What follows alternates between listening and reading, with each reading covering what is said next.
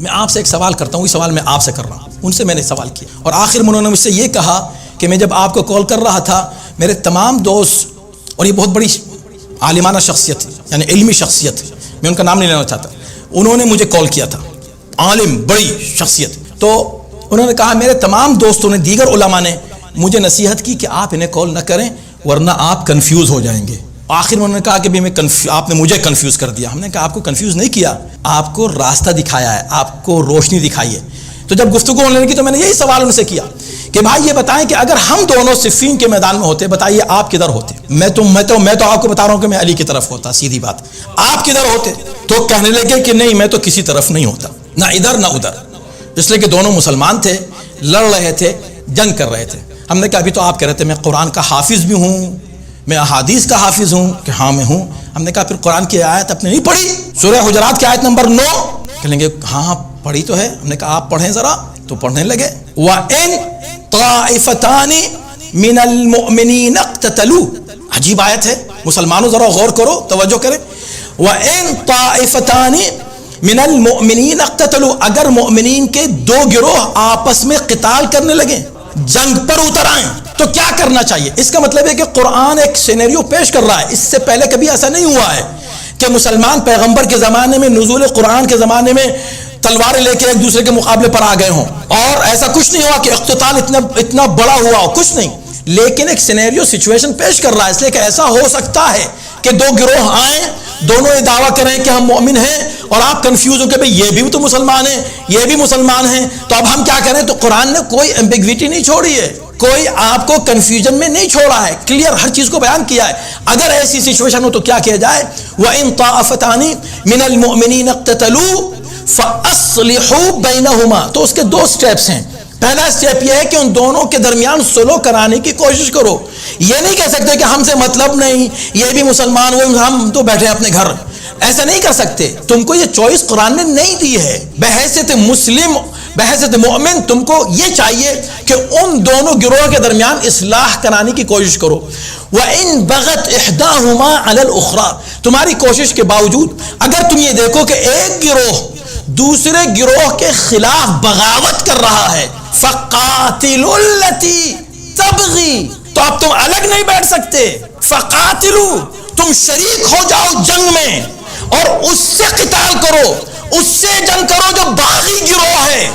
اب مجھ کو مت کہہ دینا کہ کوئی توہین کر دی, قرآن پڑھ رہا ہوں, اور پھر جواب خدا کو تم خود دے دینا.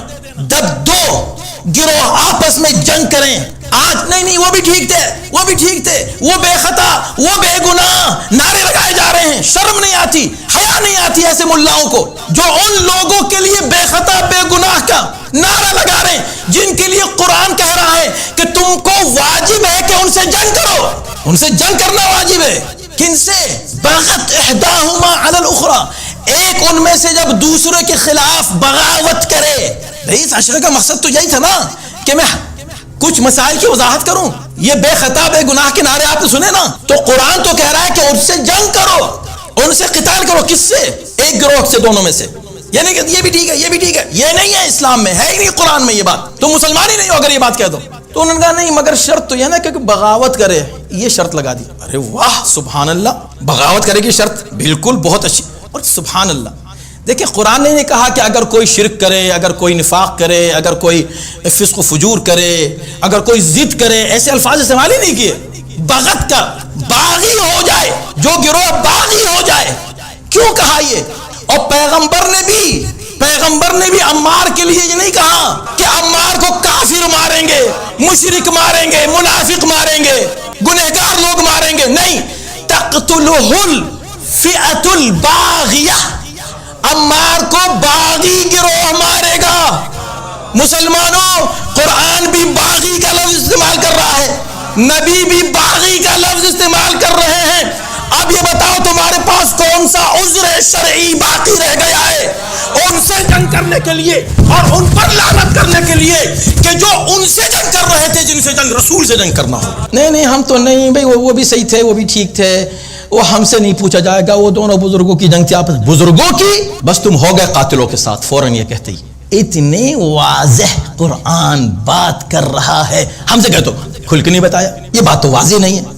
کس کو کہتے ہیں واضح کہنا؟ کس کو کہتے ہیں؟ یعنی کس طرح اور قرآن تم کو بتائے کہ یہ دونوں اگر لڑ رہے ہیں، خود کو مومن دونوں کہہ رہے ہیں، ٹھیک ہے، ایک کے بارے میں تو تم کو یقین ہے کہ مومن ہی نہیں، وہاں قیادت امیر المومنین کی ہے، تو جنگ کرنا واجب ہے کس سے؟ جو باغی ہو۔ کس نے عمار کو قتل کیا؟ اب تمہیں بالکل خدا اور رسول سے کوئی بھی ڈر نہیں ہے، کوئی خوف نہیں ہے کہ تم ان باغیوں کو بے گناہ کہہ رہے ہو؟ اب میں دیکھیں نام نہیں لے رہا ہوں، خدا کی قسم مجھے تو 1000 بار نام لینا چاہیے، کیوں نہیں لے رہا ہوں؟ اس لیے کہ ان عوام کے دماغ کو اس حد تک برین واش کر دیا گیا ہے کہ ابھی میں نام لے دوں گا کہ صحابی رسول کی توہین کر دی۔ میں نے پورے عشرے میں اس بات کو بہت ملحوظ رکھا ہے، یہ تو اس سے کہیں زیادہ میں اور کھل کے پڑھ سکتا ہوں کہ بھئی کسی ایک عام مسلمان کی دل آزاری نہ ہو جائے، اس کو پہلے خود سوچنے دو بغیر نام لیے۔ ایک صاحب کہہ رہے ہیں کس نے توہین رسول اللہ کی کہا کہ ان کا دماغ نہیں چل رہا ہے، کس نے کہا کہ یہ ہزیان بک رہے ہیں؟ ہم نے کہا ہم جیسی نام لیں گے نا تم کہو کہ ٹھیک کیا تھا انہوں نے، تم خود جا کے ریسرچ کرو، تم خود اللہ کو جواب دو اور رسول کو تم خود جواب دینا۔ اسی طرح یہاں مسئلہ ہے، تو پتا چلا کہ جنگ کرنی ہے کس سے؟ جو باغی ہے۔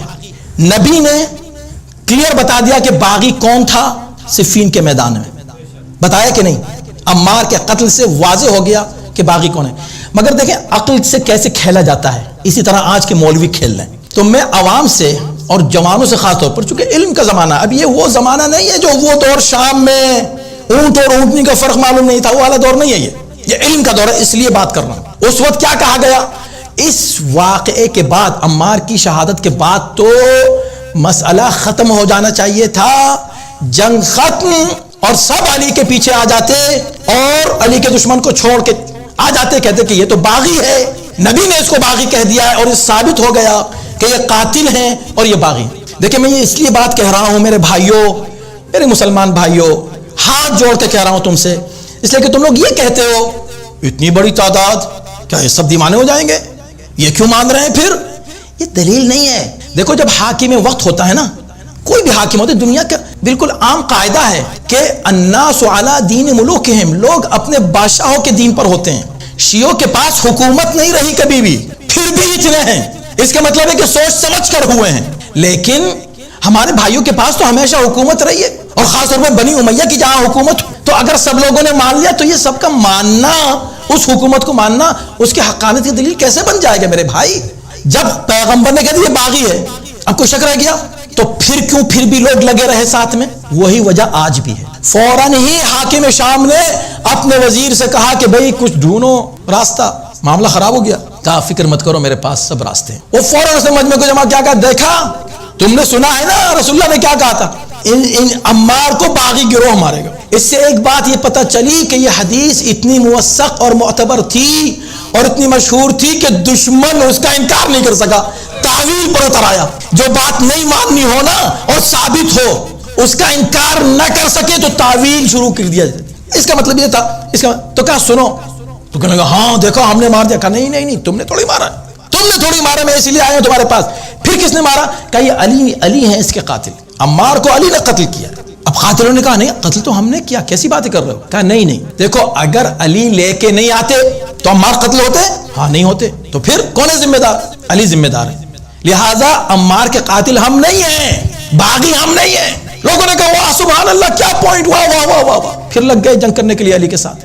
یہی آج ہو رہا ہے، ہم سے مت کہو کہ اتنے مجمع، اس لیے کہ اپنے مولویوں کی جب لوگ سنیں گے نا، اس ٹائپ کے مولویوں کی جو اس وقت کا مولوی تھا، اس مولوی نے جو قوم کو سمجھا دیا، پوری قوم واہ واہ کر کے بات ساتھ لگ گئی، ہاں صحیح علی قاتل ہے، بالکل صحیح بات ہے علی قاتل ہے۔ اب علی اس کا جواب دیتے رہے، کون سن رہا ہے؟ جب مولا کو پتا چلا تو مولا نے کہا اچھا کیسے ظالم ہے یہ اور کیسے جاہل ہے اس کے ماننے والے، ارے اگر یہ میں لے کر آیا عمار کو تو یہ مجھ کو قاتل بتا رہا ہے، اس کا مطلب یہ ہے کہ یہ اپنے باپ دادا کے لیے جواز تلاش کر رہا ہے، یہ کہنا یہ چاہ رہا ہے کہ اس نے اور اس کے باپ دادا نے نہیں مارا تھا حمزہ کو، رسول اللہ نے مارا تھا، اس لیے کہ وہ لے کر آئے تھے حمزہ کو، یہ کہنا چاہ رہا ہے۔ یہ کون سن رہا ہے اس دلیل کو؟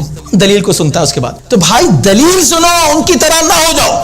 بس اب میں خلاصے کے لیے ایک جملہ پوچھ لوں اپنے بھائیوں سے، چونکہ میں اتحاد کی بات کر رہا ہوں تو مجھے یقین ہے، اور میں بھائی دیوے بتا دوں کہ وہ صاحب جنہوں نے مجھے کال کیا تھا، جب میری یہ بات انہوں نے سنی تو انہوں نے کہا آپ سچ کہہ رہے ہیں، میں نے کبھی سوچا بھی نہیں تھا اس طرح اور اب میں آپ سے کھل کے کہہ رہا ہوں صاف کہ واقعاً اگر میں ہوتا صفین کے میدان میں تو بس علی کے ساتھ ہوتا. صفین میں سنیے گا، اب یہ خلاصہ ہے اس پوری بات کا. صفین میں، کیونکہ ہم اتحاد کی بات کر رہے ہیں، شیعہ اور سنی بھائی بھائی ہیں، صفین میں علی کے ساتھ جو لوگ تھے وہ کون تھے؟ وہ سب وہ لوگ تھے جو علی کو خلیفہ مان کر آئے تھے. بہت چھوٹی سی تعداد، مختصر گنتی کی تعداد ان لوگوں کی تھی جو علی کو پہلا خلیفہ مان کر آئے تھے. بڑی تعداد ان لوگوں کی تھی جو علی کو چوتھا خلیفہ مان کر آئے تھے. تو شیعہ وہ جو پہلا مانے، سنی وہ جو چوتھا مانے. علی کے ساتھ شیعہ بھی تھے اور سنی بھی تھے. اب میرا سوال یہ ہے کہ جنہوں نے نہ پہلا مانا نہ چوتھا مانا بلکہ جنگ کرنے چلے آئے، ذرا ان کا مذہب بتاؤ کہ کیا تھا. اس لیے کہ وہ نہ تو شیعہ تھے، شیعہ ہوتے تو علی سے جنگ نہیں کرتے، پہلا مان لیتے. سنی ہوتے تو جنگ نہیں کرتے، چوتھا مان لیتے. تو نہ شیعہ تھے نہ سنی تھے. تو اب تم مجھے بتاؤ ان کا مذہب کیا تھا جن کی حمایت کے لیے آستینیں چڑھا کے چلے آئے. شیعہ سنی بھائی بھائی ہیں.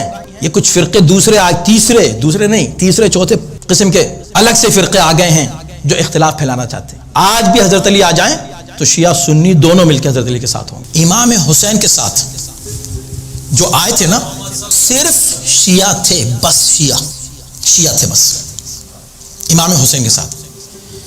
باقی رسول اللہ کے ساتھ سب لوگ تھے، شیعہ بھی تھے اور غیر شیعہ بھی. حضرت علی کے ساتھ شیعہ غیر شیعہ، امام حسن کے ساتھ شیعہ غیر شیعہ، امام حسین کے ساتھ صرف شیعہ. آپ کہیں ایسی بڑی بڑی باتیں آپ کر رہے ہیں ممبر پر بیٹھ کے، کوئی بغیر دلیل کے میں نے ابھی تک بات کی ہے؟ میں ابھی کیا کہہ رہا تھا کہ بدعت ہے بیعت کرنا، اور بیعت صرف اس کی ہو سکتی ہے جو امام ہو. تو دو اسکول آف تھاٹ ہیں، توجہ کیجئے گا، دو اسکول آف تھاٹ ہیں. ایک اسکول آف تھاٹ وہ ہے جو امامت کو من اللہ مانتا ہے، قائد کون ہے جو اللہ بنا دے اس کو مان لیتا ہے. ایک وہ ہے کہ جو بیعت سے مانتا ہے کسی کو، قائد و رہبر.